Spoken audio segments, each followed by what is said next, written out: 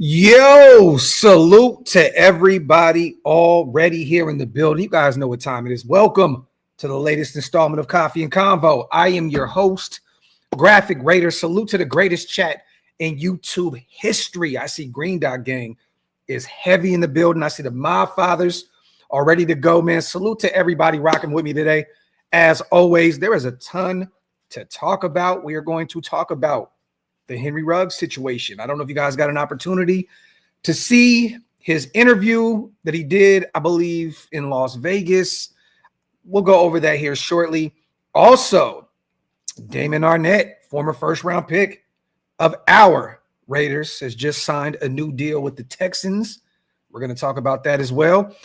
Jaire Alexander, you guys, signs a team-friendly deal with the Baltimore Ravens, reunites with his former Louisville teammate, Lamar Jackson. We're going to talk about that. Also, we're going to talk about Jalen Ramsey more, because right now, with Jaire off the market, Spy, got to make that call. Got to make that call, because I have this nagging suspicion that Sean McVay and that Los Angeles Rams team are moving under the radar right now. We're going to go over that shortly as well. But make sure you guys wipe them feet. Also, man, hit that subscribe button if you guys are not subscribed yet. For those who are new here, wipe them feet means get those likes up. It definitely helps us remain in the algorithm as always. Yes, I'm not going to say your name, but definitely, man. Wiggins, Alexander, if healthy. I mean, Kyle Hamilton, Sparks. They have a nasty defense out there in Baltimore, man. So, yeah, man. Baltimore's putting something nice together out there. Let me see. Get some questions in once again, you guys. This is your show. We're just going to have some fun here. Alzado, I didn't see any report on Kolton Miller. So, elaborate, brother. I have not seen anything in terms of our starting left tackle. I know that he has no guaranteed money left on his contract. I know that it's kind of a waiting game right now, seeing if he's going to get the extension. But I have not seen any update with Kolton Miller. So please get me up to date, my brother. Salute to Alzado.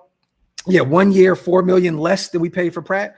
So Jaire Alexander's deal was like 1 year, $4 million. I think it can be up to $6 million with playing time and other things. There's other incentives in that contract. Real quick, you guys, we'll start there. The Ravens have signed Jaire Alexander. There were other teams in on the market for Jaire Alexander. He chose the Baltimore Ravens. He's friends, very close, with his former teammate, Lamar Jackson. He turned down more money to sign a 1 year deal with the Baltimore Ravens. It is a 1 year, $4 million in base and includes an additional $2 million in incentives. This is from Jeremy Fowler and Adam Scheffner. Once again, a 1 year, $4 million deal with up to $6 million in incentives. I think this makes sense. He's going to go out there, prove his worth, show they can stay healthy, and once again gets an opportunity to reunite with his guy, Lamar Jackson. They're in win now mode. That window opened a few years ago. They kind of underperformed last year. I think that they were thinking that they were going to be a Super Bowl contender last year. Didn't really work out for those guys, but this is a big deal. They have Marlon Humphrey out there, you guys. They have Nate Wiggins. They have Kyle Hamilton. They just drafted Sparks. This is going to be a nasty defense out there, and that's where they struggled last year.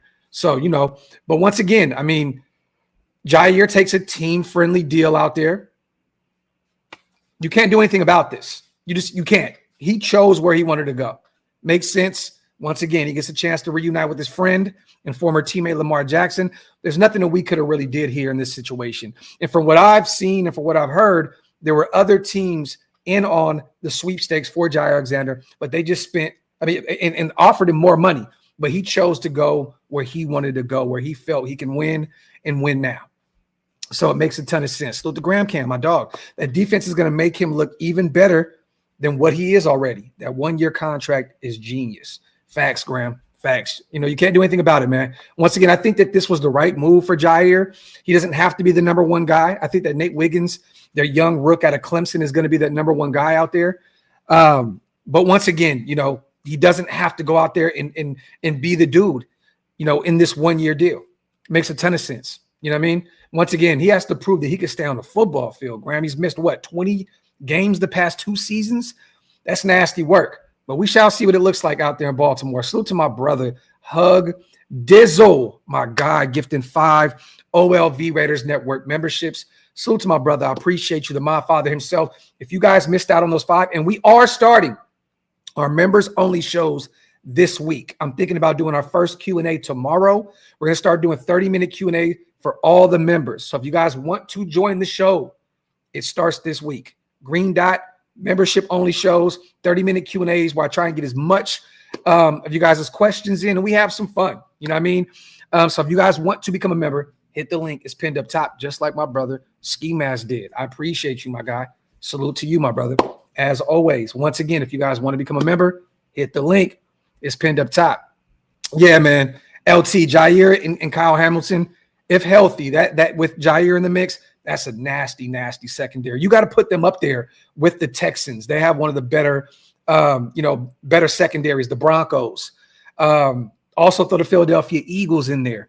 Baltimore definitely has a top 5 secondary in football right now. You can put them up there with Philadelphia, with the Texans, with the Broncos. There's a few other teams as well, but man, nasty, nasty, nasty. Salute to my brother LV Maximus in the building as well. My brother, man, one of the my fathers himself as well. I think Wilkins is good. They're just holding him out until first day real camp starts. Yeah, it's sore pain in feet, but it was a major issue. He would have got the second surgery. Just saying. I mean, we'll get there shortly, Lane. We'll get there shortly. We're definitely going to talk about Christian Wilkins. I definitely want to shine some light. There was an article that hit ESPN from one of our own. Get familiar with the name, you guys. He just started covering our Raiders this offseason, I believe. Ryan McFadden, that works for ESPN. We're going to go over an article here soon and definitely help shed some light on his article. Salute to Ryan, new guy with ESPN that is covering our Raiders. So stay tuned for that. Salute to Lane. Salute to Space. I knew you were going live for this. Come on, Space. You know how we do. Salute to Keith as well. My dog becoming a member once again. Always good to see my guy in the building. Appreciate you, brother, as always. Get those likes up, you guys. We're going to start the show here shortly. I mean, I know we kind of started it already, but, once again, this is your show. Get your questions in. And once again, if you guys want to be a part of the members-only shows, hit the link. It's up top. It definitely helps us remain in the algorithm, helps us keep the lights on over here. But once again, it helps us, do some things for extra incentives for our members here in the building. So hit that link. It's pinned up top. Yes, Vinny. And we talked about it at the beginning of the show. That's a steep hill to climb out there with that defense. I don't know if Damon Arnett makes that roster. They already have a deep secondary out there with the Texans. But hey, look, I'm gonna say this. I don't really care about what he did in the past. Okay, like real talk. Yes, he's done some foolish things, the gun thing with the Raiders, and then I believe there was a situation with a young lady where a phone was stolen and all kind of other stuff, right? And he went out there, he played well for the Houston UFL team last season. He had a pick 6, a ton of other stats to help him elevate himself back to the NFL level. He gets to remain in Houston, but once again, it's a steep hill to climb trying to make that roster. But I have to say this, man. I didn't think that he was going to make it back to the NFL level this quick. You know what I mean? But the Texans signed him. He gets to stay in Houston. This is a big deal, man. Salute to Damon Arnett. Once a Raider, always a Raider. As always, that was a nasty pick, from Mayock and Gruden. It didn't work out with us. It did not pan out at all the way we wanted it to. But give the kid, a little leeway here, man. Give Netway a little leeway here. He worked his way back up. It sounds as though he has his mind right. You love to see, man, guys, get this shit together. So I have no, ill will towards Damon Arnett. If anything, Mayock and Gruden made a nasty pick there in the first round. to take the young kid out of Ohio State when he should have been probably a third, fourth round type guy coming out of Ohio State. So that was on us. That wasn't on him. It's the same thing with Klee, you guys. Like, we reached. A lot of people want to call Klee a bust. Okay, cool. Call him whatever you want. But at the end of the day, he should have never been drafted there in the first place.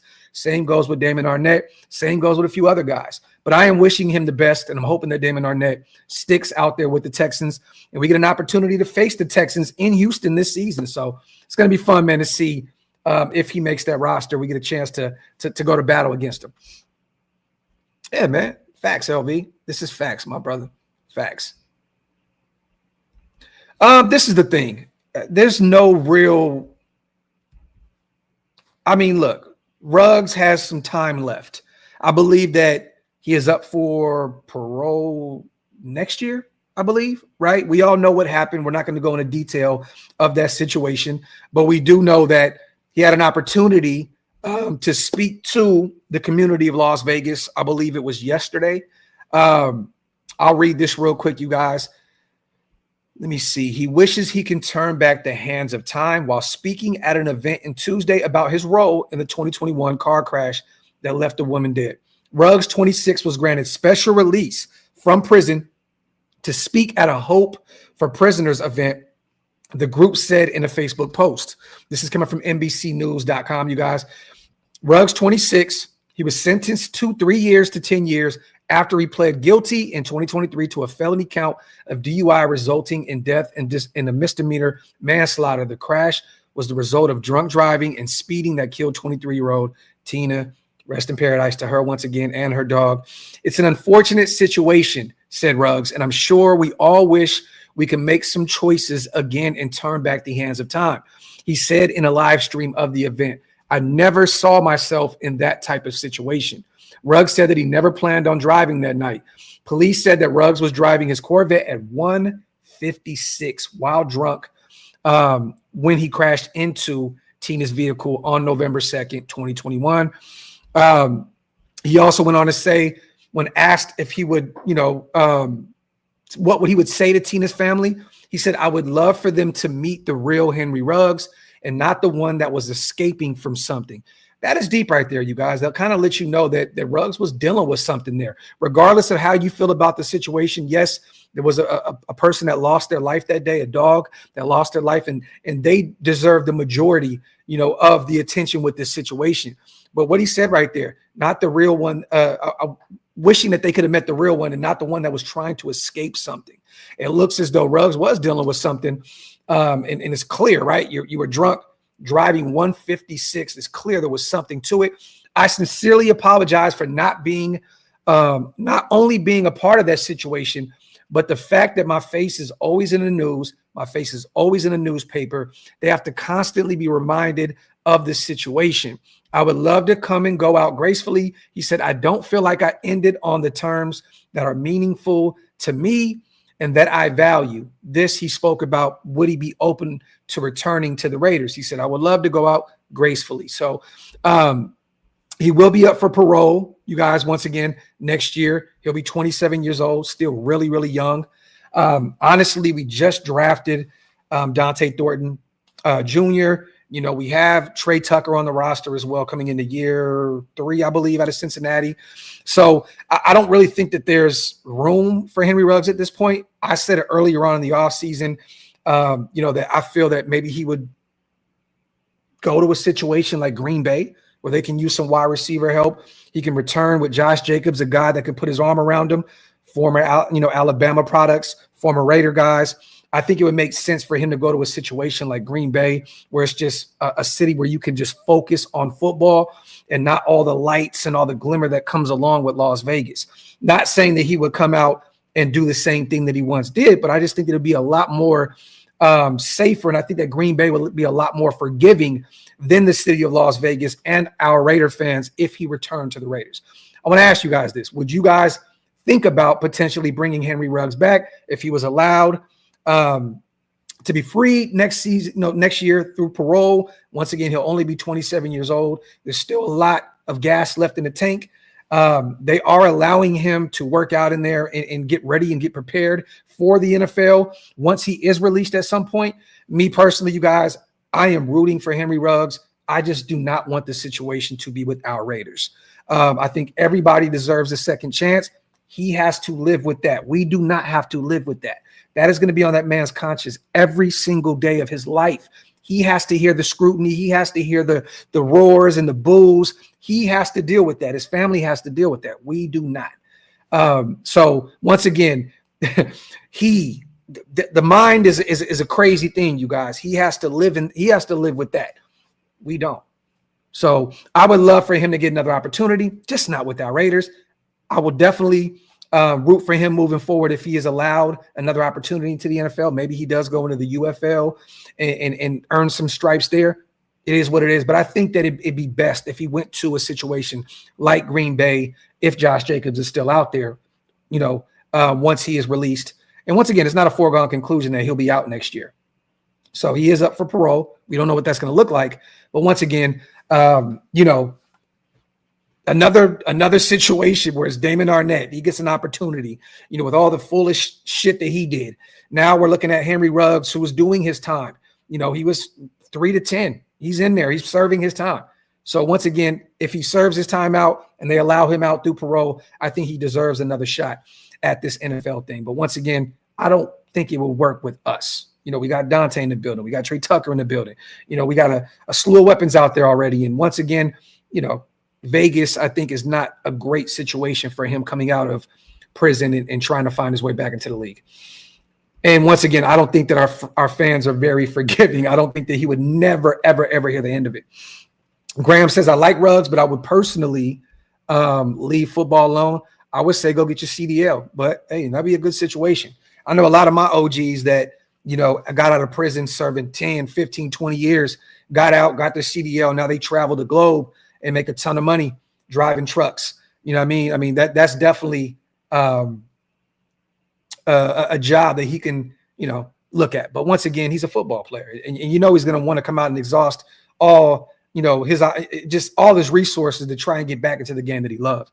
You know what I mean? But we shall see. Once again, salute to him. Rest in paradise to Tina. And once again, salute to Damon Arnett, for getting that job with the Texans. We're just putting it all full circle here, you guys. 10 Commandments. Ruggs return kicks at Alabama. The versatility is there. I would definitely give him a chance. Start small with a kick return and work his way back into the receiving lineup. Salute to my guy, 10 Commandments. The thing is this, 10. I mean, if you bring in Henry Ruggs, he's just too good. He was on his way to becoming a star. And then I think by this time, he would have been a superstar, 10 Commandments. Honestly, you can't keep a guy. You can't just allocate that kind of talent and potential just to special teams. If you bring him back in, there's no way you don't have him in the on that roster as a wide receiver and one of your potential top wide receivers on the roster. So I hear you. It'd be great to bring him in and have him return kicks with all that speed, but you're not signing Henry Ruggs to come in and be a guy just to return kicks. He is going to be a weapon, at the wide receiver position. There's just no way. There's no way. Salute to everybody here in the building. I like that, Simple. I definitely agree that there maybe could be something there, right?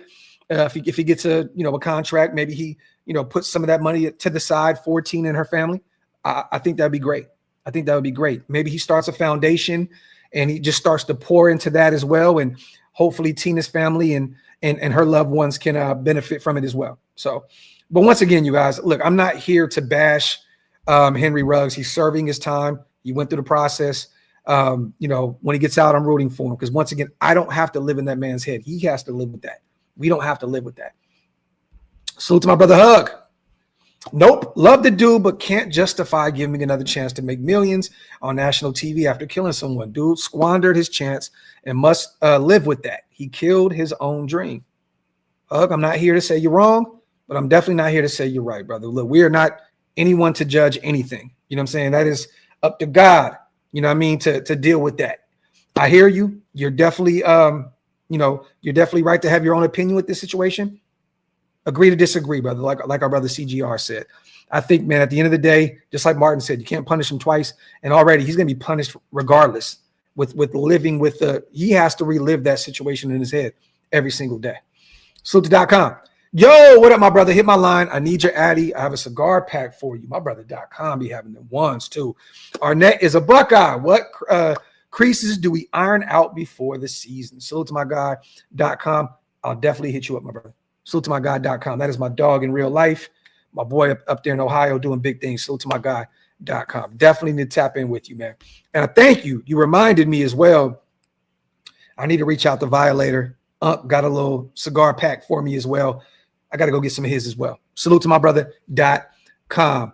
We already went over a few things, you guys. Salute to everybody that's just joining. We talked about the Ravens signing cornerback Jaire Alexander to a 1-year deal worth up to $6 million, a base value of $2 million in incentives. He gets an opportunity to reunite with his former quarterback and teammate in Louisville, Lamar Jackson. He took a hometown discount to go out there with that Ravens, with the Ravens to sign with that stout secondary that they already have in the building. I think this is the right move. 1 year worth up to $6 million. Once again, a base of 4, incentives with 2. Salute to Jaire Alexander. I think he made the right move.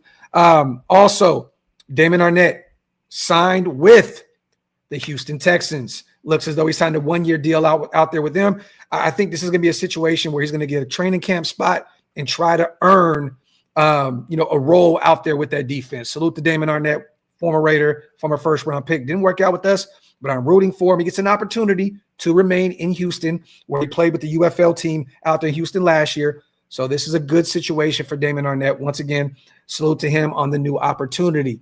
Also, I wanted to go over this article as well from Ryan McFadden also on ESPN. I'm going to bring that up here shortly. Let me get a few comments in real quick.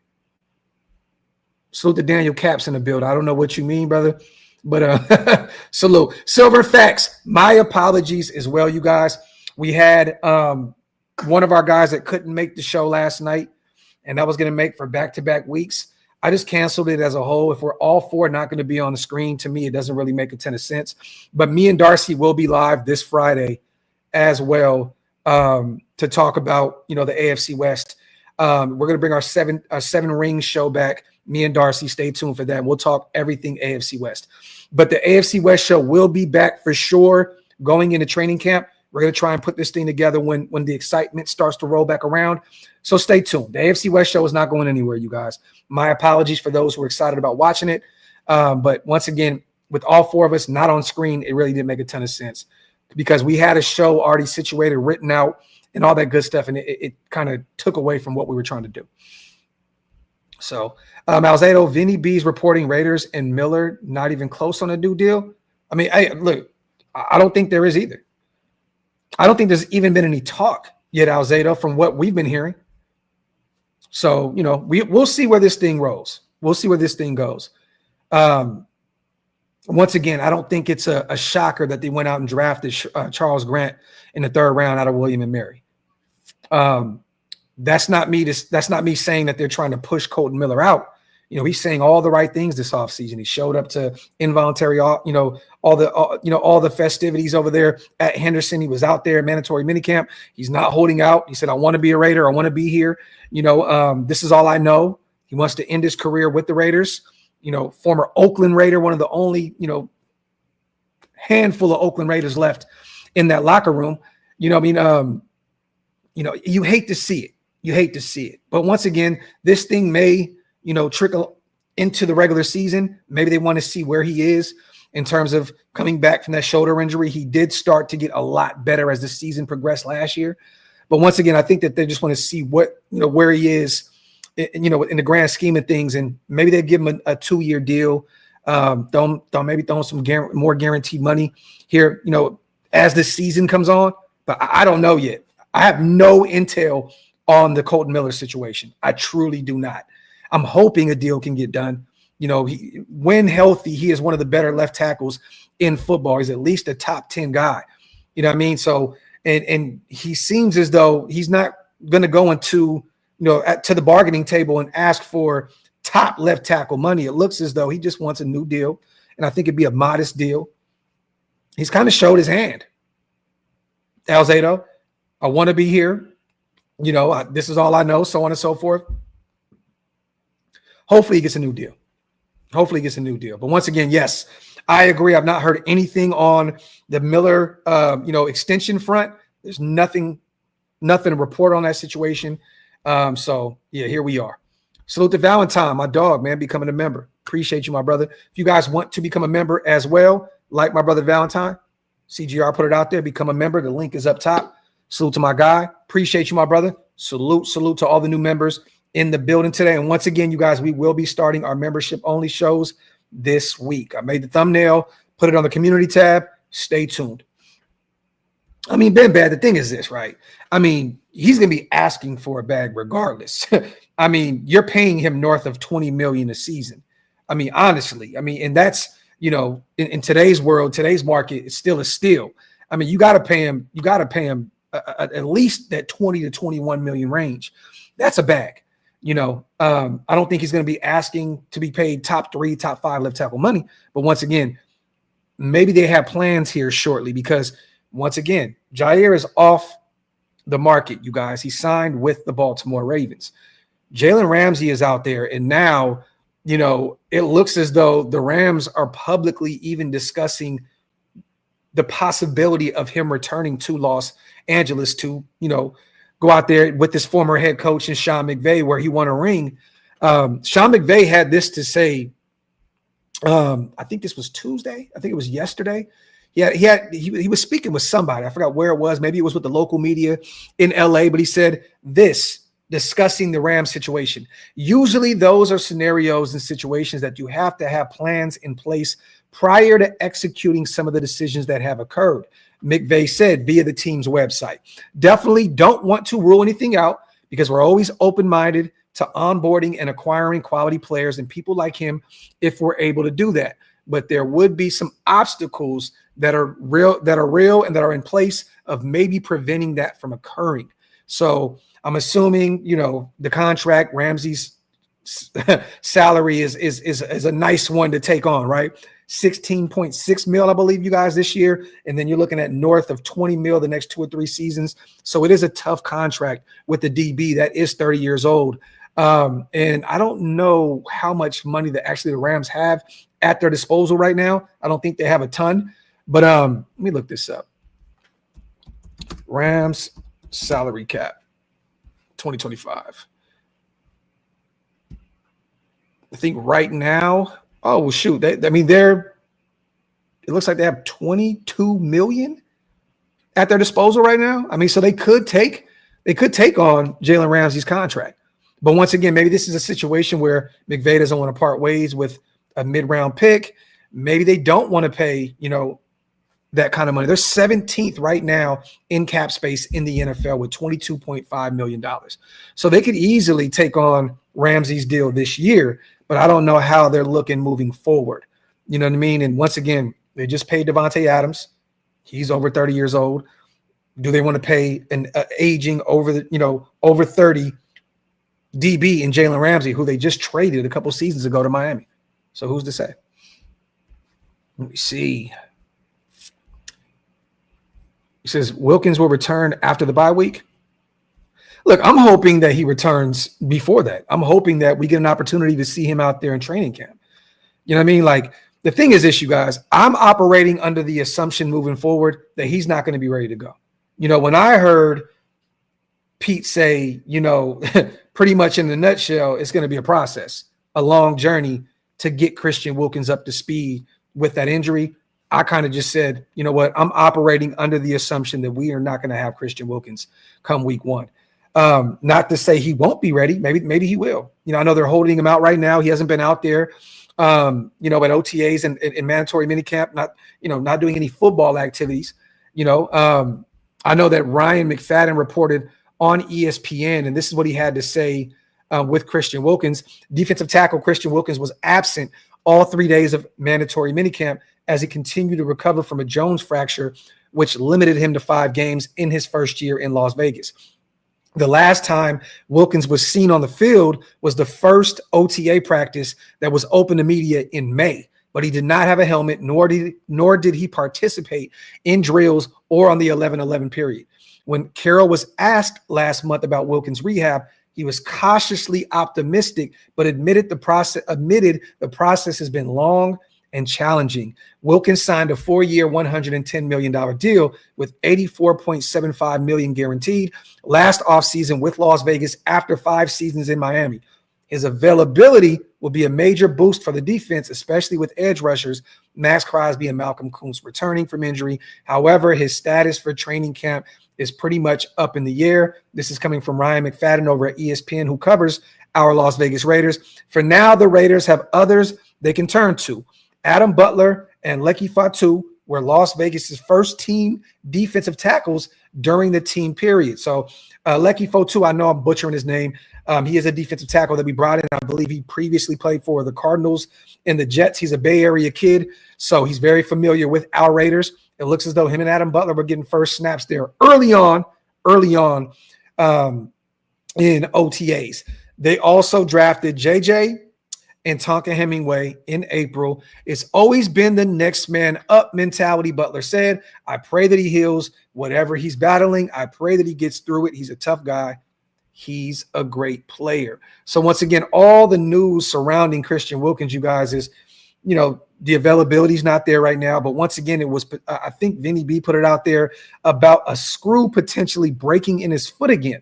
So they're being cautiously optimistic about, getting him out there and resuming football activities.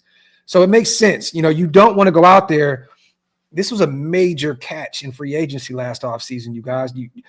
Over $80 million guaranteed. You don't want to just throw him out there to the Wolves and hope that he can go out there. This is a major, major investment.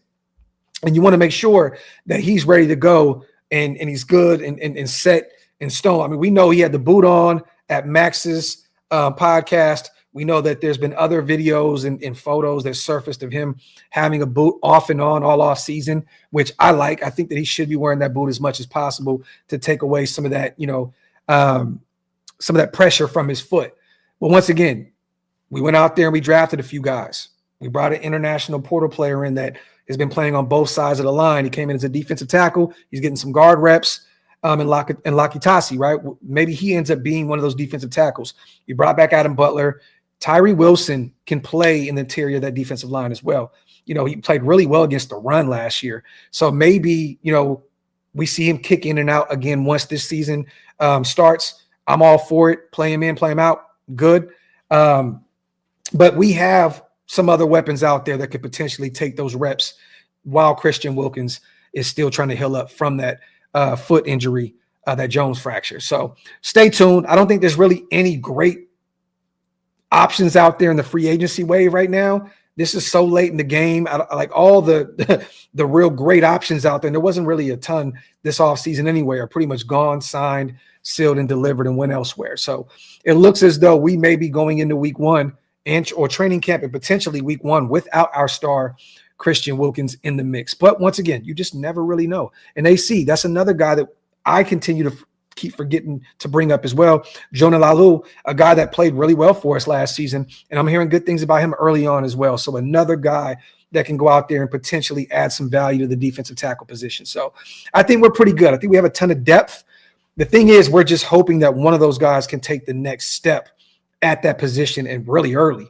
I mean, at this point, Fatu is I butcher his name all the time. He's pretty much a journeyman at this point. I think he's on his 3rd or 4th team. Let's not act as though he's been a starter, everywhere he's went. We're expecting, hoping that he can potentially add some value in year 1. I was looking at him as a camp body initially. To hear that he's out there getting, team 1 reps, it could be a little concerning, or maybe it's a good thing. Who's to say? But I think we have a ton of depth at that position, and we'll be fine regardless. Once again, Adam Butler, Lakitasi, and Fatu. Once again, I'm butchering his name. I already know I am. JJ, Tonka Hemingway, and once again, Tyree can kick in and play in the interior of the defensive line if need be. Let me see. Salute to Silver and Facts, my dog, on a $5 smackaroonie. Would you rather sign Ramsey give up a fourth, but not be able to extend both Myers, Miller, or sign Hilton from the Colts. Hilton's not with the Colts. You're talking about Mike Hilton, right? He was with the Cincinnati Bengals. So would you rather sign Ramsey, give up a fourth, but not be able to extend both Myers and Miller, or sign Hilton from the Colts and be able to sign both? Well, let me say this. We have a ton of money, Silver and Facts, next offseason and the following season. We can make all this happen. It's just dependent on if SpyTech and company want to make this happen. We have a ton of money at our disposal. We can sign Ramsey and extend Kolton Miller and Jacoby Myers if we choose to. We have a ton of cap space next offseason and the following. So maybe they do sign Kolton Miller to an extension or Jacoby this season, potentially, and then they hold on to, some of that money and they take care of one of them next offseason. Who's to say? But we have a ton of money. That money's not an issue for us right now. We have north of $30 million right now at our disposal. And then next year, I believe we have over $100 million and even more the following season. So with everything that I've read, we have a ton of money at our disposal. So I would sign Ramsey regardless. And Hilton, he's not going to cost you an arm and a leg right now. But I don't think that they're even looking at him. We brought in Shaquille Griffin. He left without a deal. So I don't know if we're done with looking at him, but it's clear that we're looking at some outside corner help. It's clear cut that we're not looking at any slot guys. Hilton is a slot corner. The kid from the Chargers, and I'm drawing a blank right now, Junior, right? Why am I drawing a blank right now? Had a long night, you guys. But there's not been any ties with us to him either. You know what I mean? So I think that they are operating with the thought process, the mindset of, we're going to have Harper out there. We're going to have Darnay Holmes, Asante Samuel Jr. That's what I was talking about. But they're operating under the assumption that Harper and Darnay Holmes can help man that slot spot with, once again, Pola helping there, Jeremy Chin helping there, and potentially some other guys like Trey Taylor in year 2 that can help with some reps there in the slot also. So I don't think that they're truly looking at anyone to come in and help man that spot. I think that they trust Harper, the UDFA out of Notre Dame. I think that they want to see Darnay Holmes, a guy that, played under Patrick Graham, their time with the Giants together.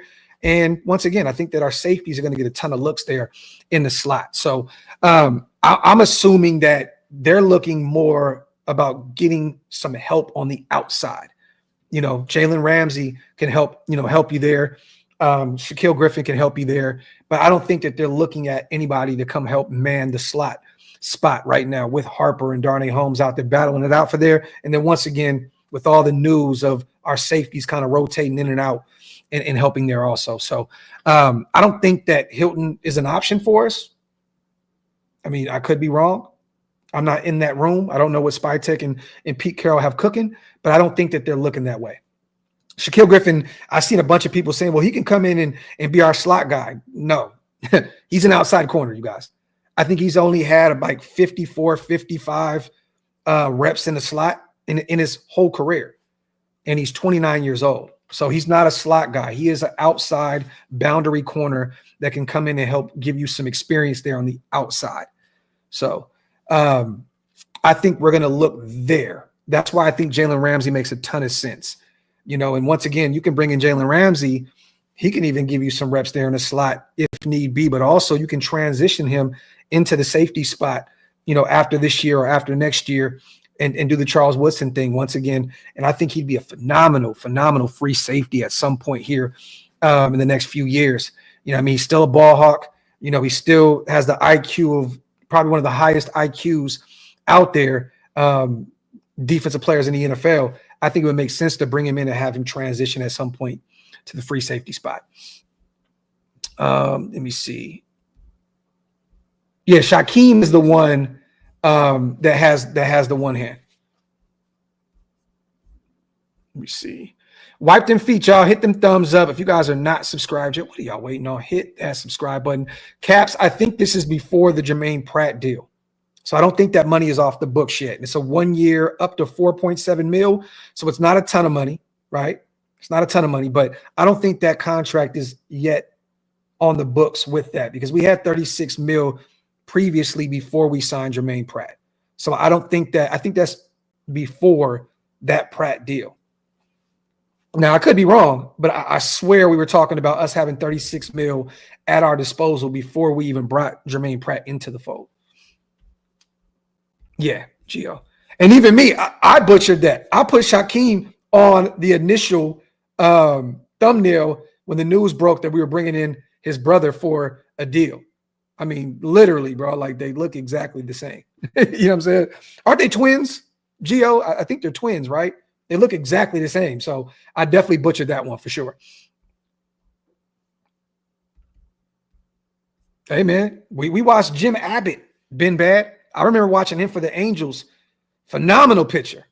Hey, man, salute to him. Yeah, they're twins. Okay, there you go. Yeah, Papa T. What do you think about bringing in Gilmore? I have no issue with that. I know that he just had a meeting, I believe, with the Dallas Cowboys. So maybe there's a reunion in store here soon with Gilmore and the Dallas Cowboys. They can use some corner help right now. They don't know where's Trayvon Diggs with his rehabbing and stuff. Maybe they bring him back in out here to Dallas. I don't know. But I would love to take a flyer on Stephon Gilmore. He played well out there in Minnesota last year in that Brian Flores defense. I think he'd be a great asset to our defense, a veteran, former defensive player of the year, champion. I would love it. I would love it. Jordy, it's good to see you, my brother. AC says, people talking about how we should get Justin Simmons. I'd rather have Ramsey be the Swiss Army knife so we can transition into playing safety. And there you go, AC. We just talked about that. This is facts. Look, I would love to add either one of those guys. I would love to add both of them if we could. But once again, I just think that I like our safety group. I really do. I think this is going to be a sneaky room this upcoming season for us. You know, we got some length back there at that safety position with Pola and Jeremy Chin. They're very versatile guys. They're going to be used as chess pieces, this upcoming season. That, both of them can play close to the line of scrimmage. You can send them both. They're both missiles going to get after the quarterback. These are very, very versatile pieces. And then once again, you still have Trey Taylor, a guy that literally won the best DB in the country the year previously at Air Force. So where are we with young Trey? Where's Chris Smith in this? Is Harper going to get some reps at the safety spot? We shall see. But, and word is, I think Scout put it out there that we're bringing in some UFL guys for some workouts as well. So maybe there's a safety, maybe there's an edge rusher. Braylon Speaks. Maybe he's a guy, 29, 30 years old, I believe. Former Chief. Maybe we bring him in. And there's another guy that is from Vegas that I mentioned on Twitter as well. That's a safety. He's 30 years old. That maybe you can bring in for special teams ability. And I don't know. I don't know where we're looking right now, but I don't think that it makes a ton of sense to go get Justin Simmons. I think they like what we have. I know he's a former All-Pro, and he's coming off of a down season with Atlanta. Didn't really fit in that scheme with those guys and, with Raheem and Jesse Bates and those guys. But I don't know. We shall see. But I think it makes a ton of more sense to bring in a corner, a proven corner at that with Jalen Ramsey, a future Hall of Famer. If it only cost you a fourth-round pick, I mean, come on, man. I think it makes sense. And right now with Jaire Alexander off the table, other teams are going to be looking at this situation closer. Like, man, you know what? We may need to make a move for Jalen. I heard that Pittsburgh may be interested in him. It's clear cut. The Rams, there's ties there with Ramsey winning a Super Bowl and McVay being his former head coach. Maybe another team pops out the woodworks. Maybe the Philadelphia Eagles make a move and bring him in. I don't know. To be determined, but I think this is the time where Spytech needs to make the call to Miami. And once again, who am I? I'm not the general manager. I'm just speaking from a fan's perspective. Going into training camp with a very unproven room, Darian Porter, Jacorian Bennett coming off that nasty shoulder injury, D-Cam coming off of an up and down rookie season, former fourth rounder that, isn't known for his ball hawking abilities. You're bringing in Eric Stokes, a former first round pick on a 1-year next to nothing deal who hasn't really panned out at the next level coming out of Georgia. He had a good rookie season and then injuries have pretty much derailed his career. That's the one room that worries me right now. It does. Yeah, I think you need to add another corner. You need to add another corner. And I love Mello Dotson. Hopefully he's the guy that can show up in training camp and be that guy that can help add, another body to that room. And we don't have to go out there and move a mid-round pick for an aging Jalen Ramsey. Who's to say? I don't know. But once again, I think at this point, you just need to make a move. Right? Ramsey has always wanted to be a Raider.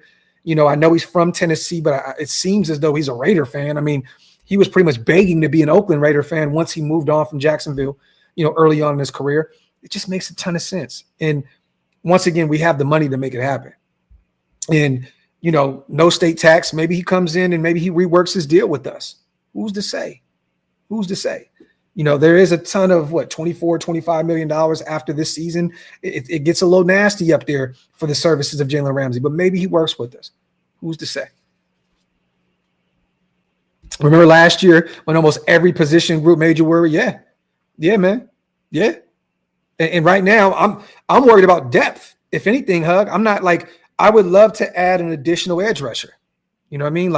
If we are looking at some UFL guys, I would take a look at Speaks. Braylon Speaks, he had a good season this year with the UFL. I would take a look at, Jadeveon Clowney. Hopefully, Ja Joyner is just the guy for us out of Minnesota or UDFA, and we don't have to look anywhere else. But there's only a few things that I'm worried about at this point. It's adding another starter level corner, add another rotational piece as a defensive end, because once again, Max is coming off of an injury. Malcolm is coming off of an injury. You need some help there. Charles Snowden's not going to be the guy there to help, give you starter minutes if one of our guys go down. So Tyree Wilson, I'm hoping that he can be a guy here in year 3. He's been working on his footwork. He's been working a ton around the clock to get right this year in year 3, and I'm hoping that works out. But I think that right now at this point, you add an additional corner, a starter level corner, and you add another edge rusher. We already attacked the linebacking core, you guys. Jermaine Pratt is proven. Landon Roberts is proven. Devin White, to be determined. I mean, early on he was proven, and he's had a rough stretch of football these last few seasons. But once again, he's a name that has been a former Super Bowl winner, Pro Bowl guy, played at a high level in Tampa Bay at one point. You bring him in, and once again, Jalen Smith is back in the fold after taking a year off. I'm not worried about that linebacking core, and I think that Amari Ferrari and Tommy Eichenberg and Lindenberg can show some glimmers of hope in year 2 with 2 of our guys in year 1 with Lindenberg. So I'm just kind of worried. If anything, the only way that I would connect the dots here and try and improve this roster would be to add a Jalen Ramsey, would be to add a rotational piece like a Jadeveon Clowney or one of those guys. Even a Von Miller. He doesn't have to play a ton for you. Just throw him out there here and there on clear passing downs and send him out to the quarterback. I mean, Von and Max are like this. They are very close. You know what I mean? It wouldn't probably cost you next to nothing to bring him in at this point. Just a rotational guy, right? And then I like this line. I like this whole line. I know a lot of people are worried about it. I'm not too much worried about it. Hopefully Colton's deal gets done soon. That will take a lot of anxiety off, out of my mind with our left tackle, kind of just dangling out there in purgatory with no guaranteed money. But Kolton, blessing. He's healthy. JPJ, healthy. Blessing. DJ Glaze already being praised out there by Pete Carroll. He's going to be better in year 2. We got 3 starters out there, and then, pick your poison with those guard spots, right? Parham, Kappa, Meredith, Caleb Rogers in year 1. I like that O-line. So I think that's kind of what I'm worried about right now.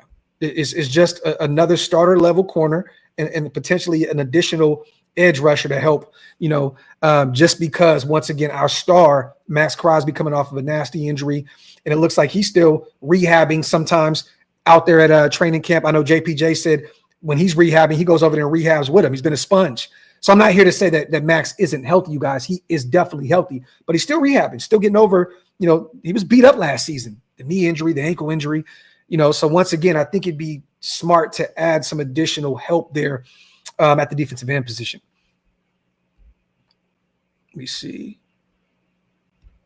Well, I mean, including myself, Keegan, and once again, to be determined. They just drafted Cam Miller. So, I don't know how many quarterbacks they plan on carrying into week 1.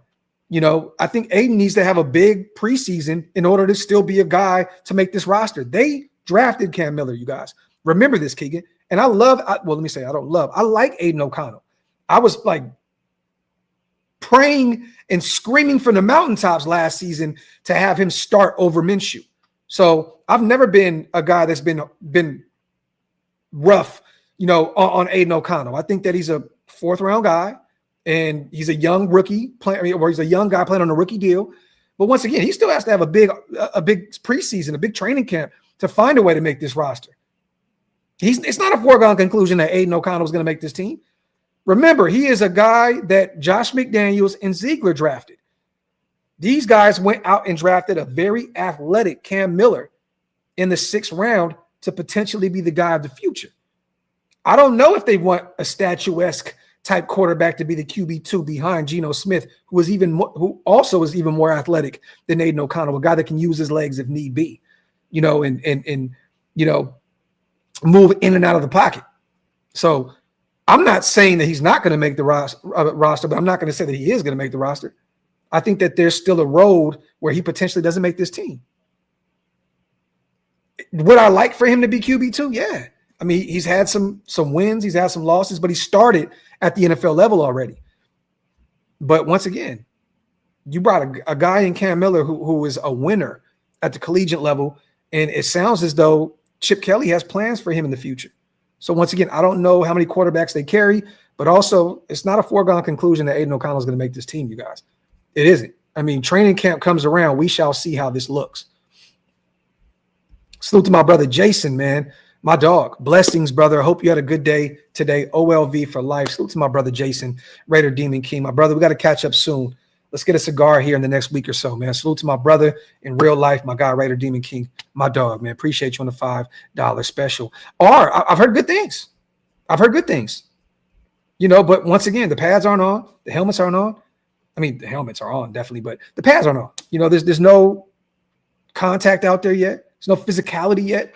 We don't know what that thing's going to look like out there, when we get the ball rolling. So, but from what I've heard, Aiden was out there doing pretty well. I spoke to several people out there, including players, that said Aiden O'Connell looks pretty good out there. But I've heard good things about Cam Miller also. So, I mean, this is year one in Chip Kelly's system, you guys. They're both are going to be neck and neck here because Chip looks like he had his hand in the pot drafting Cam Miller. And, Aiden, this is year one in his system. So I think they're pretty much at even playing field here. Gio, yes. Yes, Gio. Salute to Gio. Real ones know. Yo, you stupid, bro. Salute to my guy, God, family, and Raiders for life. Feet wiped and paying my tab to keep the lights on. Critical to start the season.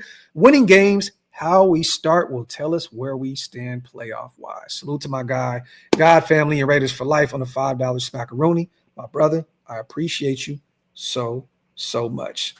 Yeah, that makes sense, Matt. Go ahead and cut Wilkins, and it's not Wilkinson. Christian Wilkinson is no longer on this roster. It's Christian Wilkins. Yeah, go ahead and cut him with all that money on the books. That makes sense.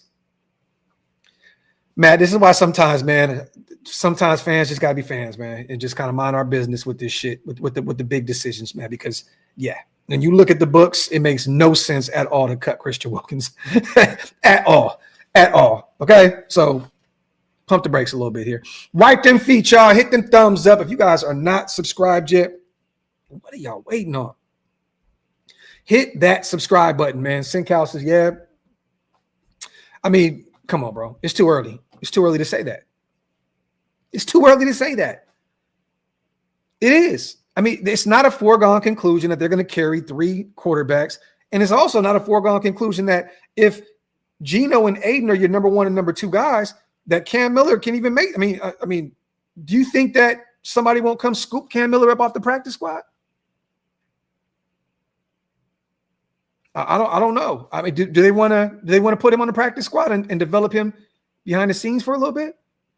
I don't know. Look, man, it's too early for that. Once the pads come on, we shall see what this thing looks like. Once again, And I don't know the protections anymore. They change them so much with the practice squad, you guys. Is there like a certain amount of players that you can still protect? I've seen the rules change so much. Maybe I'm just like off right now, but I don't know the protections there with the practice squad. Maybe I'll look that up and we'll talk about it at a later date. But I just don't think that they want to play any games with, Cam Miller there, a guy that they truly believe in. But Sencal, it's too early for this. And this is no knock to Hondo, man, friend of the show. But once again, remember this. Last offseason, Hondo hyped that offense up more than anybody.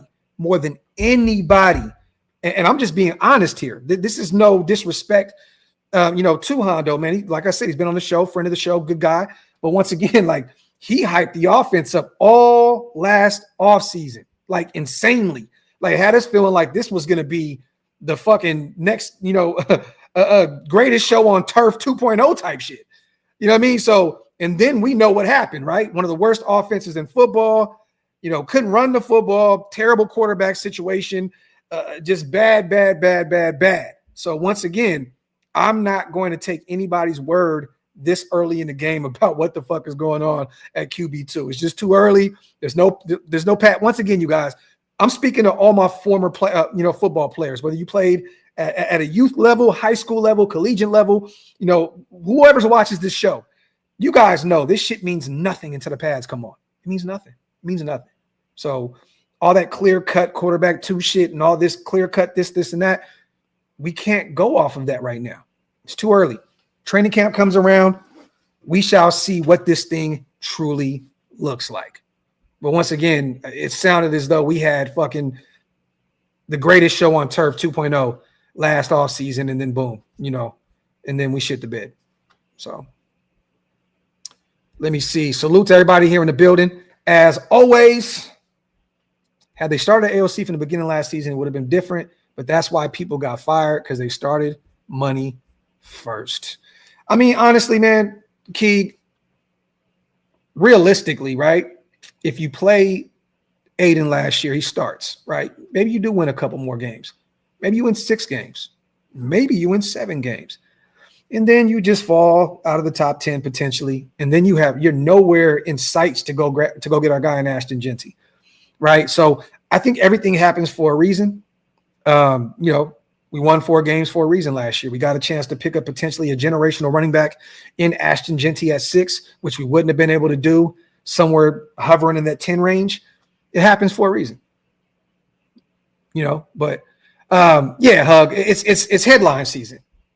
It's headline season. You know what I mean? Everybody's trying to get clicks and all that. And that's no disrespect to anybody, but it's headline season. Like, it's the slow part of football, you guys, right now. Everybody that does this for a living is hurting right now. Financially, it's down in this realm, whether it's writing, podcasting, because there's not a ton. Well, there is interest, but there's not a ton of interest right now because it's so early in the off season.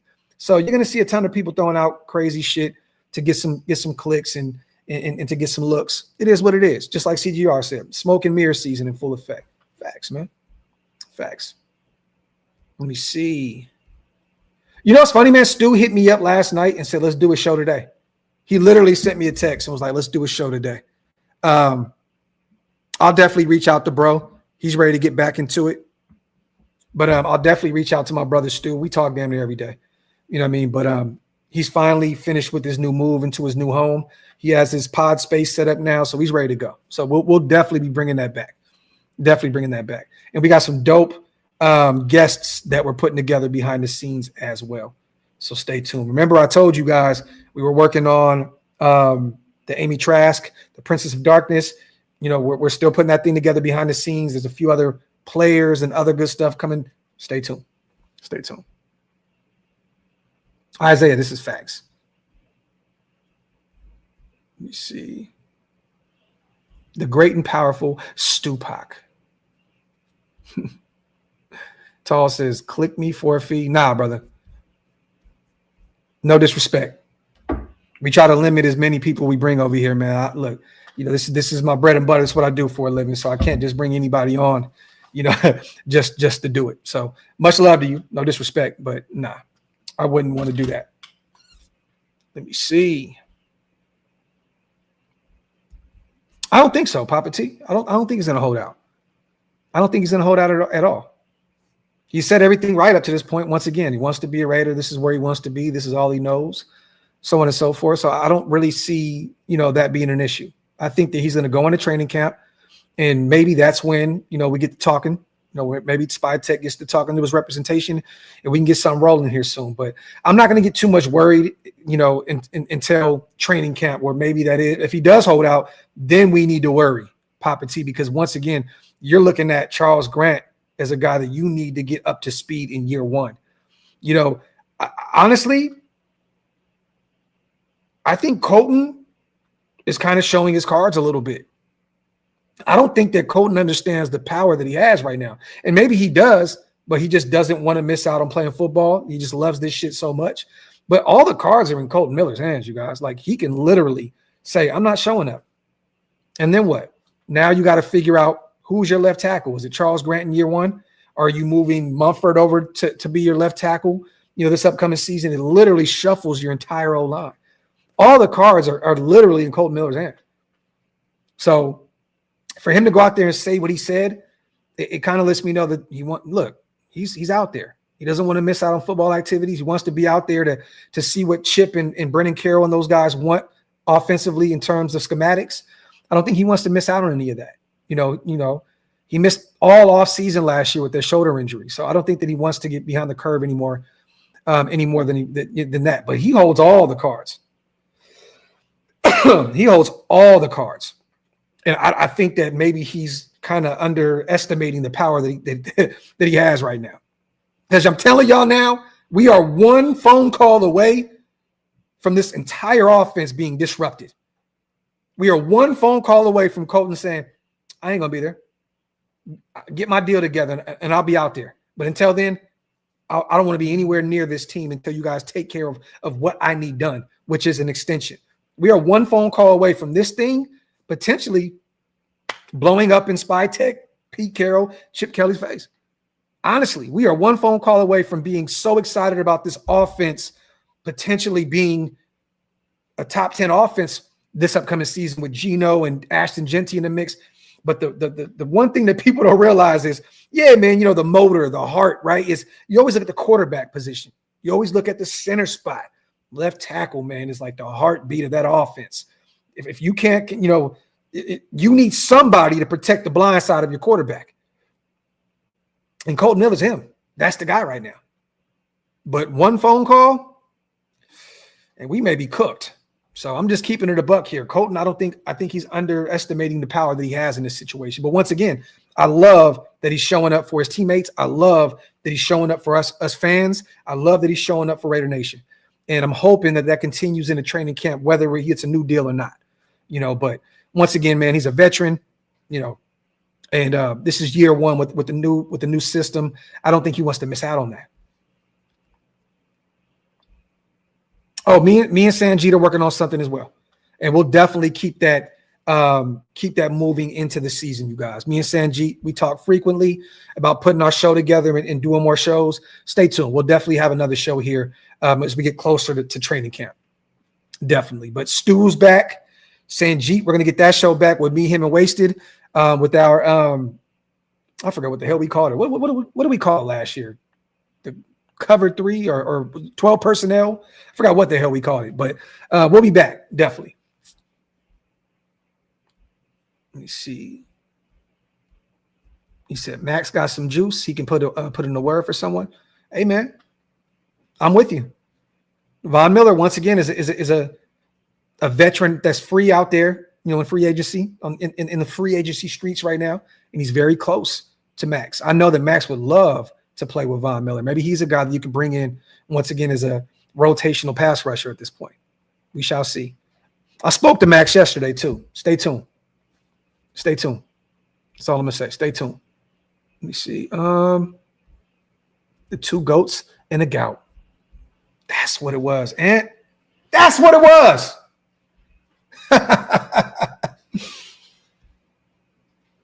John Bailey, you're about to get blizzard.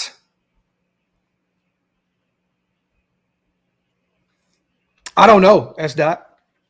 Your guess is better than mine, brother. I really don't know. Let me see. Get a few more questions in, you guys. We went over the Jaire Alexander situation for those who just joined. Oh, my bad, God and family. My apologies, brother. I did not mean to miss out on your super. Boom.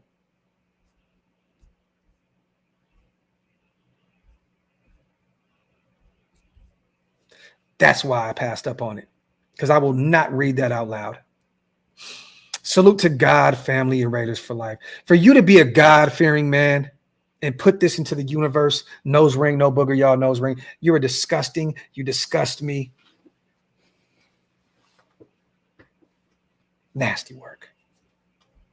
Nasty. Disgusting work. Terrible. Terrible. Can't wait to find out. Hopefully more power runs. Hey, man, and S. Dot, what do you think about all the talk with Zamir White? Losing weight, looking really good out there. What do you think about Zamir potentially making his roster? It sounds as though he's doing everything right in the offseason. They're singing his praises out there at Henderson. Maybe he could be that running back 3. Sounds as though he's put the work in this offseason to get right after having a really bad season last year like everybody else did. Let me see. But we talked about Jaire Alexander, you guys, signing a 1-year deal with the Baltimore Ravens up to $6 million, a base of $4 million, $2 million more in incentives. We also talked about Jalen Ramsey. Once again, it looks as though that they're getting a little the options are becoming a little more slim in terms of going out there and getting some corner help out there, you guys. It sounds like Shaquille Griffin left without a deal. We haven't got any update with Pete and his guy, former Seattle Seahawk that Pete Carroll drafted in 2017, former Pro Bowl guy in 2019. Slim pickings out there. Once again, Russell Douglas is still available. I think we need to go add an extra body out there, and I think that Jalen Ramsey is the guy to bring in. But once again, there's going to be other teams in on his services right now because of Jaire being gone, i.e. the Pittsburgh Steelers, i.e. the Rams, and maybe another sneaky, team under the radar moving they need some corner help. Talked about that. Also, man, I wanted to bring this up as well. We've been getting a ton of praise, you guys, this offseason, and I wanted to share this with you guys. I know some people may have seen it already, and some people may have talked about it, but this is on NFL.com. Bears, Jets, Raiders among most improved teams heading into the 2025 NFL season. You love to see our Raiders in the mix with these kind of articles. Once again, man, this isn't the only one. There's a ton of articles out there singing, Pete Carroll's praises, Spytek's praises, just the organization as a whole. You see the Arizona Cardinals in the mix. It looks like they did have a pretty good offseason. I think that the Bears had a great offseason, adding Ben Johnson, adding Luther Burden to that offense, that O-line. Tooney, however you say his damn name, former All-Pro offensive lineman, Drew Dahlman, Jonah Jackson. I mean, they brought in a ton of talent. And then you have our Raiders here. This is what he had to say about our Raiders. The March trade for quarterback Geno Smith improved the Raiders drastically, which I agree, and would have been enough by itself to earn them consideration for this piece. But they didn't stop there, going on to draft a much-needed replacement for Josh Jacobs, whose departure via free agency last offseason left a void at the running back position in 2024. But the 6th overall pick, adding Ashton Genty, adding receiver Jack Besh in round 2, number 58 overall.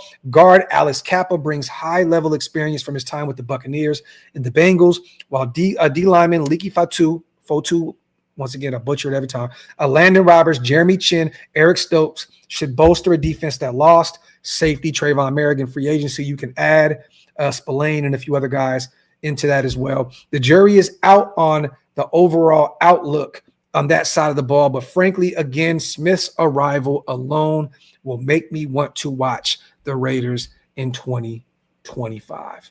So once again, it's a great thing to see our Raiders getting some praise here, you guys, with some of the, bigger outlets out there, the NFL.coms, the CBS Sports, and so on and so forth. Salute to S. Dot, my guy as well. I believe Zeus will put the lightning down and put on my man. Wait, hold on. Okay. trying to read this shit. I believe Zeus will put the thunder and lightning down and put a quiet, I think a silence on my man Big Hammer and make him eat pulled crow sandwiches. S. Dot, you gotta get your shit together, man. S. Dot, my brother, get your shit together, man. It seems as though every time you mention anything outside of the offensive line, you just butcher it, bro. You butcher it, man. Get your shit together. Get your act together, King. Stick to talking about the offensive line if you're going to be drunk writing about running backs and everybody else, okay? I feel like I lost about 32 brain cells trying to read that $5 holler, man. You got to help me help you, S. Dot. Help me help you. The real S. Dot Carter would never do that. Jay-Z would have never wrote a drunken message like that, King. Get your shit together, man. It's nasty work. Wipe them feet, y'all. Hit them thumbs up. If you are not subscribed yet, what are you waiting on? Hit that subscribe button. Let me stop sharing this. Once again, salute to NFL.com for showing some love for our Las Vegas Raiders. Also, I wanted to mention a few more things about the article that Ryan McFadden brought up. Once again, salute to him. A new guy covering our Raiders for ESPN.com. He had a few observations on this article. I'll bring it up. Let me share it so you guys can go ahead and read it with me. Salute to the chat, the greatest chat in YouTube history. Love and appreciate every single one of you guys for being with me today, this Wednesday afternoon or Wednesday morning or wherever you're watching. We got almost 800 people in the building between Twitter and YouTube. Just get those likes up, man, and make sure to hit that subscribe button. Boom. And real quick, yes, ain't no way we will be doing the AFC West shows. Yes, trust me. Trust me. CGR says, great show, for real, for real. Appreciate you, my brother. Let me see. He said that Shadow Fox. Roy, I'm definitely taking the 2 years, 16 mil over the 3 years, 51 mil that Merrick got. No knock to Merrick. I know he don't like me. It's not reciprocated. I have no issue with Trayvon Merrick, but I would definitely rather pay the 2 year 16 for Chin than pay that massive overpay for Trayvon Merrick. It's nasty work. But this is what he had to say. 5 key observations that he had out there at camp. Tight end Mayer could make a jump in year 3. We talked about this yesterday, you guys. I'm not going to read every single thing, but in 2 seasons, our former second-round pick only has 460 yards and 2 touchdowns on 48 catches. The former Notre Dame standout had just 21 catches for 156 as he missed 7 weeks last year with personal reasons. He went on to say that Carroll had a heart-to-heart conversation with Mayer to lay out the expectations he has for Mayer and the rest of the team.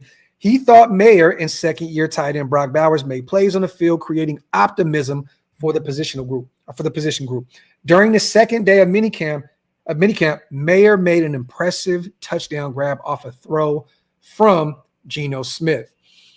Las Vegas's offense opens up even more if Mayer is productive. I agree. This is why I was always on the train of not moving Michael Mayer just for the sake of moving on from him. It gives the Raiders a chance to play 2 tight end sets. We're going to see a 10 of 12 this year, you guys, allowing Mayer to reap the benefits of defenses being focused on Bowers. Talk that shit, Ryan. I think Mike's been outstanding. Kelly said, and last I checked, you can play with 2 tight ends. We talked about this at the same time, and sometimes you can play with 3. We talked about this also. I can see Ian Thomas on the football field with Michael Mayer and Brock Bowers. Mayer and Brock being your pass-catching tight ends, Ian Thomas being more of your veteran blocker out there at the tight end spot. So those were one of his observations. It looks as though Michael Mayer is having a really good offseason. And once again, for those who didn't see Dante Thornton Jr., our interview, I believe it was last week, his eyes lit up when I mentioned Michael Mayer. So it sounds as though he's having a really good offseason up to this point. Is there room to make any more moves? He talked about us bringing in Jermaine Pratt, which was definitely a major upgrade of that linebacking core. Carroll did say, you're either competing or you're not. We ain't letting up now. We just talked about Jalen Ramsey. We talked about Mike Hilton. We talked about some other guys. We kind of got away from the wide receiver position, and rightfully so. You know, with hearing Besh having a really good offseason and Dante Thornton getting starting reps opposite of Trey Tucker, it's not really that much of a need at this point. Maybe they hold on to Kyle Phillips, and former Chip Kelly guy from UCLA, a guy that can also add some value in special teams. Maybe we don't look at an Amari Cooper. Maybe we don't take a look at a Gabe Davis or a Keenan Allen. Maybe they like what they see there, but we could add some additional help on the defensive side of the ball. So there's no time to turn away from having a chance to get a little better. So we'll be on it. And then he went on to say we have $38 million. I think it's closer to 36, but I think it is closer to 30 million now with Jermaine Pratt's money not off the books just yet. But he did go on to say also, and we've talked about this a ton, that Darian Porter and Eric Stokes have been getting first-team cornerback reps at OTAs and minicamp. A little nerve-wracking there, you guys. Porter is a rookie with not a ton of experience at the cornerback position, and we all know what Eric Stokes has done up to this point. Battled injuries, has not looked well year in and year out there at Green Bay, but maybe Pete Carroll can unlock his full potential, and maybe he can stay healthy this upcoming season. But also went on to say, Jacorian Bennett got a ton of second team along with DCAM out there. He's coming off an injury, a torn labrum. So they're kind of slowly bringing Jacorian on Agent Zero. DCAM is definitely going to be in the mix. I still believe, though, that Jacorian, if healthy, can steal one of those starting spots, to be determined. But once again, we're not going to be quiet, potentially adding some more value to the defensive side of the ball. He went on to say, meanwhile, veteran cornerbacks like Mike Hilton, we talked about him, Jaire, who just signed with the Baltimore Ravens, and we talked about Rasul Douglas, a big body corner that I think would fit well with what Pete Carroll was trying to do. And I think previously, the last time we seen him, he was in Buffalo last year. Then we talked about this as well. Concern, we read this whole part, not going to read it over again, with Christian Wilkins. If you guys get an opportunity, go back and check out the show. We did go over that.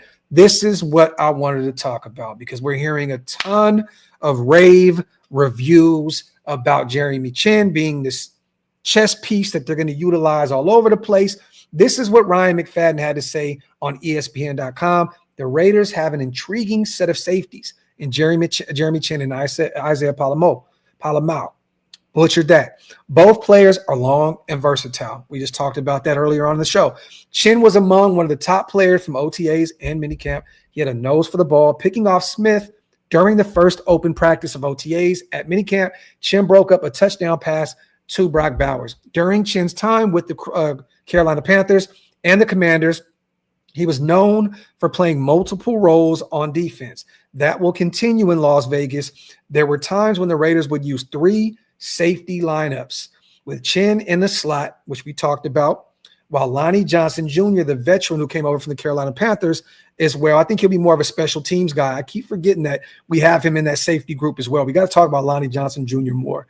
And Palamau on the back end as well. So maybe we need to talk a little bit more about Lonnie Johnson Jr., the veteran that we brought in this offseason as well. But you're going to see some looks there. Chinn could spend quite a bit of time in the slot. Once again, that may be the reason why we're not being tied to the names of Mike Hilton and Asante Samuel Jr.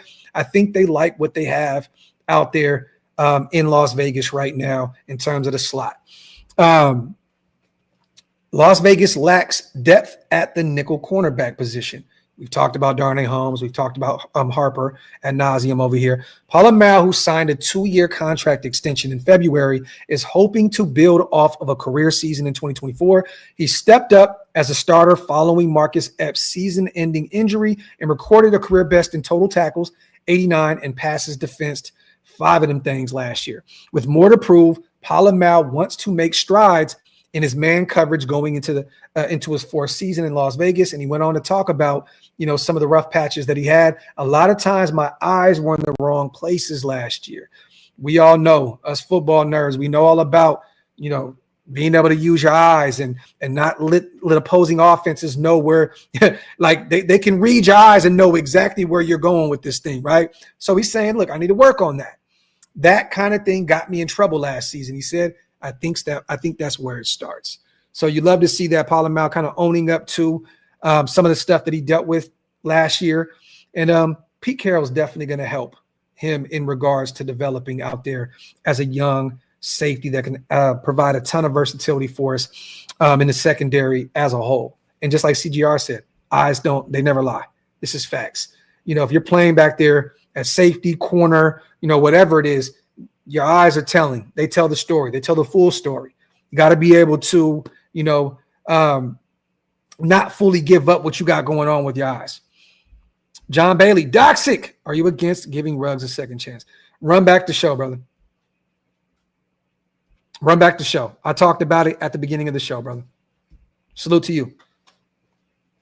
Salute to you. But I'll keep it brief. I think that he deserves a second chance after, serving his time, but I don't think that it's in Las Vegas. I think that he may go elsewhere, like a Green Bay or so on and so forth, where he can get a second opportunity with the likes of a Josh Jacobs and Nate Hobbs, former teammates that can kind of hold each other accountable out there. I think Green Bay would be a great place. Salute to Hug. S. Dot wanted me to say he likes teeth to linebackers, shop hard, chaos to dog bones on to Sundays.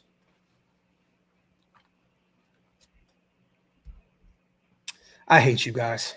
We're going to end this right here. Salute to Hug on the $5 smackaroonie. Offensive line optimism. This is once again coming from Ryan McFadden on ESPN.com. With Smith under center and skill players like Bowers, Genty, and wide receiver Jacoby Myers by his side, Las Vegas can be problematic for opposing defenses this fall. Ultimately, the group's success will come down to the offensive line, which was inconsistent last season.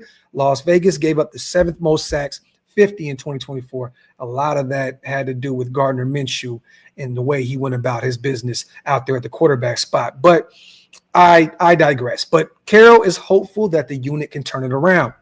The Raiders had Miller and DJ Glaze in the tackle spots, Jackson Powers-Johnson at center, Alex Kappa at right guard, and Dylan Parham and Jordan Meredith alternating at left guard, which that's what I've said has been my starting offensive line this whole offseason. Offensive line coach, well, let me say, even though it's hard to judge offensive linemen without the pads on, this is true. Carroll said the group did a solid job at working on technique and communication. Offensive line coach Brennan Carroll has done a nice job of getting all these guys to look uniformed. This is what this part of the offseason is about, you guys. Installs, uniformed. I like that he used that word. Their hand placement is really good. Communication seems to be sharp. Most of these guys are returning for another season to play with, JPJ year 2, Glaze year 2, Miller gets another year with these guys. Jordan Meredith is back. Parham is back in year 3. Alex Kappa is the new face in that room. But these guys get another year to learn each other. Communication is key there. Also want to say, and we talked about this on the show the other day, Carroll was impressed with DJ Glaze, who started in 14 games at right tackle as a rookie. He said Glaze has shown the ability to make a jump in year 2. Jackson Powers-Johnson, which you guys go check out The Rush, Max's podcast with him on there. Phenomenal watch. Go check it out. JPJ is in for a massive year this year 2 at the center spot. Said a full off season at center has been beneficial for his growth. I never really had a full off season at center. He said, I was always playing 5 or 6 different positions. So to be able to own in on one has been awesome. So I think I'm going to make a great jump. So goes on to end the article with last year, the Raiders had the worst rushing attack in football, averaging 3.6 yards per carry. And the offensive line, which finished 22nd in run block, win rate 71%, did not provide much support. The presence of Genty should help, but the offensive line has taken pride in improving in run blocking, so they have better success on the ground this time around. There's a lot to put on us. JPJ said you've got to run the ball to be able to win the game, and that's been impressed on us every single day. So there you go. Salute to Ryan with a great article. Love those 5 observations. If you guys are just joining, go check it out, ESPN.com. Salute to him, and welcome to the nation, Ryan McFadden, and salute to you for the dope article. Let me see. Get a few more questions in, you guys, before we get out of here.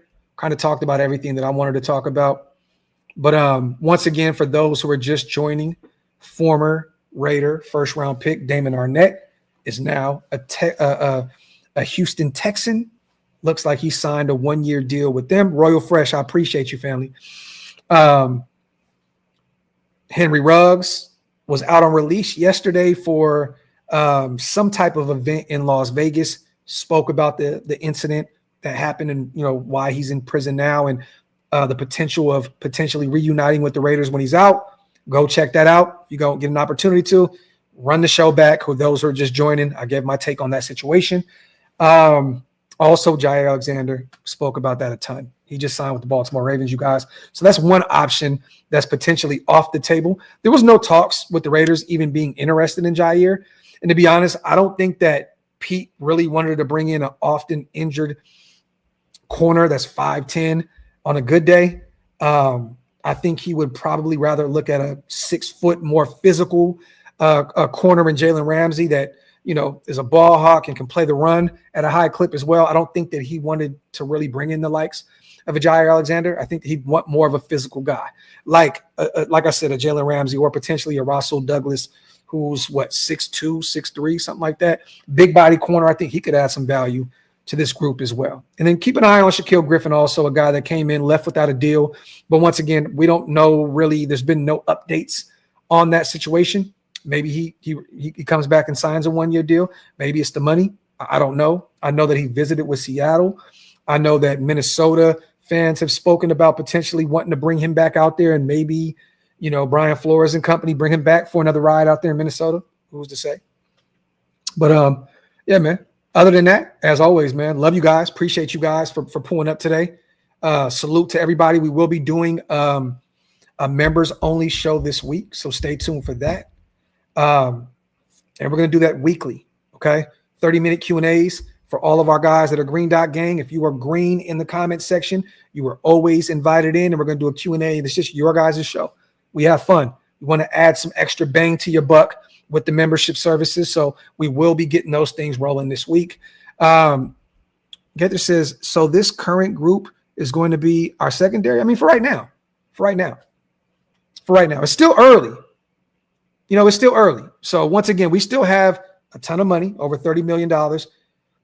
It's clear that we're not done yet because we just had Shaquille Griffin in the building, so it's clear cut that we're not completely done there at the cornerback position. And once again, I wouldn't be shocked to hear our name being tied even more to Jalen Ramsey here very soon. CBS Sports even put out an article stating that their prediction is that the Raiders make a move and trade for Jalen Ramsey, and he is a Raider moving forward with that new deal that he just signed with Miami last season. So we're not done yet, and it's clear. Pete spoke on it, said, we're going to try and better this thing. And once again, we brought in a veteran corner for a visit. So it's clear cut that we're not done just yet. Salute the Cheese Man, my dog, man. You know what, man? I'm not done yet. I'm not done yet, man. Not done yet. I feel like I want to get a couple more questions in. Y'all cool with that? I'm not done yet.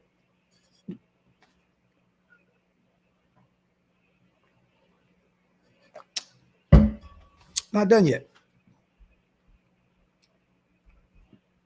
Maybe. I was reading something along the lines of maybe they don't move on from him until July 1st. So maybe we have to kind of hold our horses per se for the next few weeks to see, where we are with Jalen Ramsey. But I read something, I believe, where they may be waiting until July 1st for money reasons.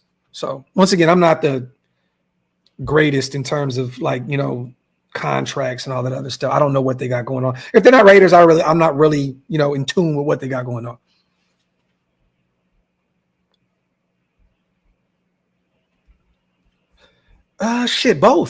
Both, Hug. Both. If you're talking about the restaurant, Rockfish is right down the street. I always order my seafood pasta. And then, I'll definitely touch up the back, man. You know what I mean? I just hit up the, Come on, man. I'm Greek, dog. I'm Greek, man. I got to have my lawn services on deck every week. You know what I mean? So, value both of them.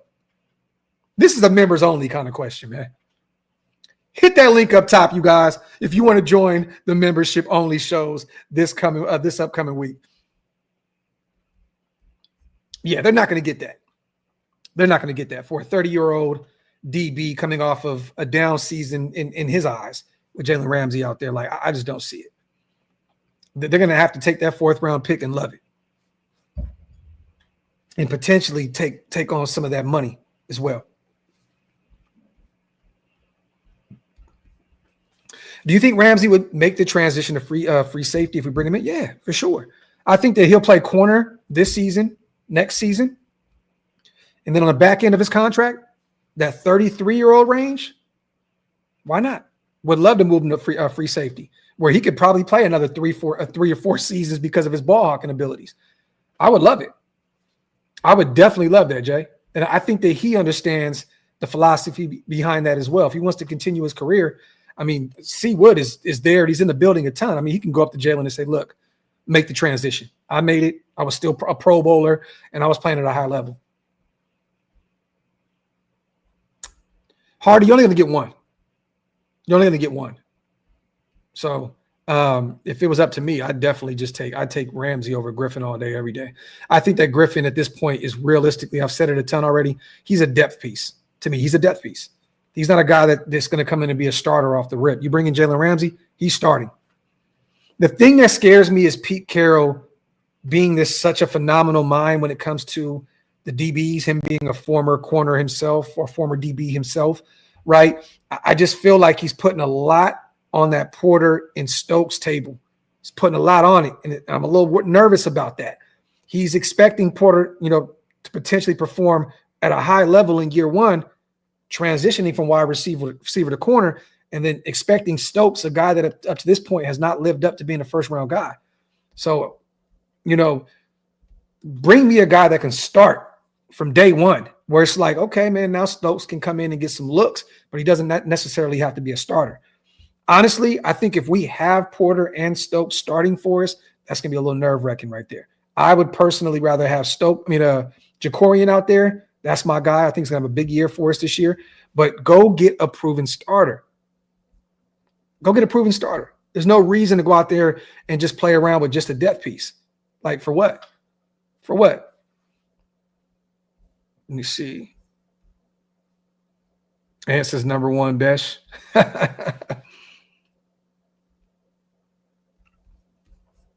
I think he would. I don't know if they're going to outright cut him, though. I mean, I don't know what that money looks like. I know that Miami would prefer to get some type of draft capital back in return. And even if they had to just say, fuck it, get a 6th or a 7th from somebody, I think they would rather do that. I don't think they outright cut him. I could be wrong, though. You may be onto something, Just Raiders, baby. Maybe they decide to just completely cut him. But I don't know what that money looks like.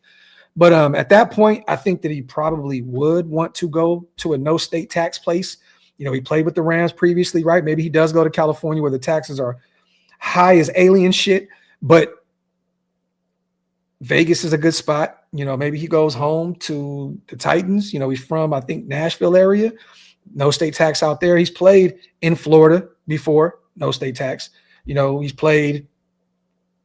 Where else was he at? He was just with Miami, right? In Florida. No state tax. If he's going to get a new deal, maybe he would want to go somewhere where he doesn't have to worry about that, the state tax. Let me see. He said, Graphk out here in Wyoming and happy with the moves we made. Talk that shit to all these painted pony fans out here. Salute to my guy, Vince, man. Appreciate you for pulling up, brother. Said, was Devontae always a girl, or did he just get the operation done recently? Stupid, man. Eric, I don't think we have. I think the questions have been kind of answered as of late, like with the slot position. Honestly, I think that Darnay and Harper are fighting for that spot, but once again, they've been throwing out the idea of our safeties getting a ton of burn there. In the nickel as well. Sheehan has already got some looks there in minicamp and OTAs. It looks like Pola is going to get some reps there as well. I think they're kind of showing that they want to be a versatile defense and that those safeties are going to get some looks there also. So I don't think they're too much worried about, once again, bringing in a slot. I talked about it earlier on in the show. I don't think that we have not been tied to Mike Hilton yet. We have not been tied to Asante Samuel Jr. or any of these clear-cut slot guys. It's been boundary guys. You know, brought in Stokes. You know, you drafted Porter. You know, you got Shaquille Griffin in the building for a meeting. So I think that there's not really any question marks there anymore. I think that they're going to be a committee there in the slot. Jeez, my guy, how many games you think we could get flexed into this year for Sunday Night Football? Halfway through the week, Nation Raiders. It's a good question. I don't know. We got the Cowboys in the spotlight, right? National television. We got the Chargers for one game, and I think we got the Broncos Thursday Night Football, right? Thursday Night Football, Chargers Monday Night Football, and the Cowboys. I think those are our three nationally televised games. There's some narratives out there. I mean, what if late in the season, you know, when we face Philadelphia or the Texans and all of us are fighting for a playoff spot, I could see one of those games potentially being flexed. Raiders and Texans make a ton of sense. The Raiders Eagles make a ton of sense. The Raiders Chiefs late in the season makes a ton of sense. You know, maybe them. What's another game that kind of has, you know, trying to think. I think those are the games that probably make the most sense. Hug, my brother. But those late games, late in the season, I'm keeping an eye on the Eagles, the Texans, and potentially that Chiefs game. Those are games that I'm keeping an eye on to potentially be flexed if we're finding our winning ways and we're fighting for something, of course. But salute to my guy, Cheese. All right, man. Other than that, let me get the hell out of here. Stuck around for a little bit over an hour and a half. Once again, you guys, we'll be live again tomorrow. We're going to start getting these coffee and convos flowing again. So stay tuned for that. You know, these are your guys' shows. I love to just do my solo shows and rock with you guys. These are some of my favorite shows. So stay tuned. Coffee and convo. I think what I'm going to do tomorrow, you guys, an hour coffee and convo right after the hour, 30 minutes for the members only. So once again, for those who are still in the chat, hit the link, become a member, gift some members. You know what I mean? Let's get as many people in the building as we can. An hour coffee and convo tomorrow, 30-minute members only show right after. So if you want to be a part of the Q&A, and maybe we'll start doing some of those members only shows, maybe I'll start sending out the link and getting some people on screen with me. We can kick it. I think that would be a dope incentive, man. Maybe like the tier 2, tier 3s. We can bring some people on screen and come shoot the shit with us. Members only. That'd be fun. That'd be fun. And you know nothing about it. You know nothing about it. It's nasty work. So maybe I can bring on some of my guys. How I started this show, you guys, early on, 5 years ago, was having a ton of people come on and doing fan shows and hanging out. I missed those shows, but because of, you know, this being my business, I can't actually do it with sponsors tied to it and all that other stuff. But if we do members only shows, I would love to have some fan shows and us just kind of kicking and shoot the shit. That'd be fun. That'd be fun. So Gio says that'd be dope. Okay, I'm gonna keep that in mind, brother. John says I remember those days. They were fun. They were fun, man. They were definitely fun. But some people messed it up for everybody with those. Coming on and saying outlandish shit and wild shit. It was like, oh yeah, I can't do this anymore. But the members only shows, we can do that because we can keep them behind a paywall where everybody can't join. So salute once again, man, everybody in the building. If you want to become a part of that show tomorrow, hit the link. It's pinned up top. If you're watching this, it is afterwards also. The link is in the description. Become a member. Come kick it with us. We will be live and active once again. Love, appreciate you all. On the way out, wipe them feet and hit that subscribe button. One.